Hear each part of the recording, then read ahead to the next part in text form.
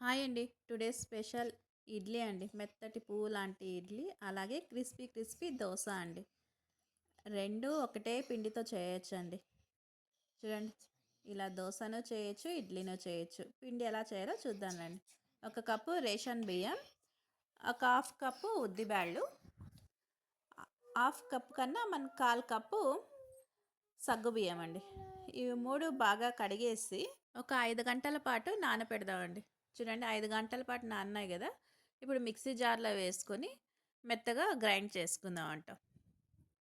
మన దోస పిండి కన్నా కొద్దిగా థిక్‌గా ఉండాలండి. అలాగే కొద్దిగా అన్నం కూడా వేసుకుంటున్నానండి. మీరు అన్నం ప్లేస్‌లో కావాలంటే అటుకులు కూడా వేసుకోవచ్చండి. ఇలా వేసుకొని మెత్తగా ఫైన్ గ్రైండ్ చేసుకునేసి, ఇప్పుడు ఆ మిక్సీ జార్ కడుక్కొని కొద్దిగా వాటర్ వేసుకొని అంతా బాగా మిక్స్ చేసేసి మూత పెట్టి నైట్ అంతా నాననిద్దామండి పిండిని. చూడండి, ఇలా నానబెట్టేస్తే మనకి మార్నింగ్ అంతా బాగా పిండి పొంగి ఉంటుందండి. బాగా పులిసి ఉంటుంది కూడా.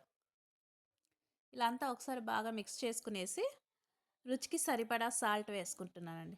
ఇంకా సాల్ట్ ఒకటే చాలండి. దీనికి వంట సోడా ఏం అవసరం లేదు. ఇలా వేసుకున్నా కూడా ఇడ్లీ బాగా సాఫ్ట్‌గా, మెత్తగా వస్తాయండి పొంగుతూ. ఇలా ఇడ్లీ స్టాండ్‌కంతా నెయ్యి రాసుకునేసి ఇడ్లీ వేసుకునేదండి. ఇలా నెయ్యి రాయడం వల్ల మనకి ఇడ్లీ బాగా వస్తుందండి. ప్లేట్‌కి అతుక్కోకుండా బాగా వస్తుందండి. ఇలా అంతా ఇడ్లీ వేసుకునేసి మనం ఇడ్లీ స్టాండ్‌లో ఉడికించుకుందామంట. ఒక 15 మినిట్స్ పెడితే మనకి ఇడ్లీ అయితే రెడీ అయిపోతుందండి. బియ్యం పిండి ఇడ్లీ రెడీ అవుతుంది. ఒక 15 నిమిషాలు ఇడ్లీ స్టాండ్‌లో పెట్టుకుందామండి. చూడండి, 15 మినిట్స్ తర్వాత చాలా వేడిగా ఇప్పుడే దించినాను. అందుకే ఇలా పొగ ఉంది.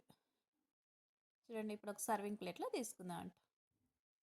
మెత్తటి పువ్వు లాంటి ఇడ్లీ అయితే రెడీ అయిపోయిందండి. చూడండి, ఎంత సాఫ్ట్‌గా వచ్చిందో. మన నార్మల్ రవా ఇడ్లీ కన్నా ఇది బియ్యం ఇడ్లీ చాలా బావుంటుందండి.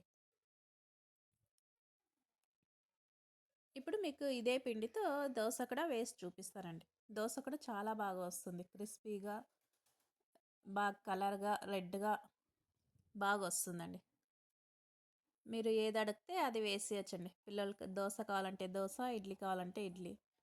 ఒక్కొక్కసారి మనం ఇడ్లీ చేసినప్పుడు దోస అడుగుతా ఉంటారు కదా! మనం రవా ఇడ్లీ చేస్తే, అప్పుడు ఇలా దోస వేయడం అవ్వదు.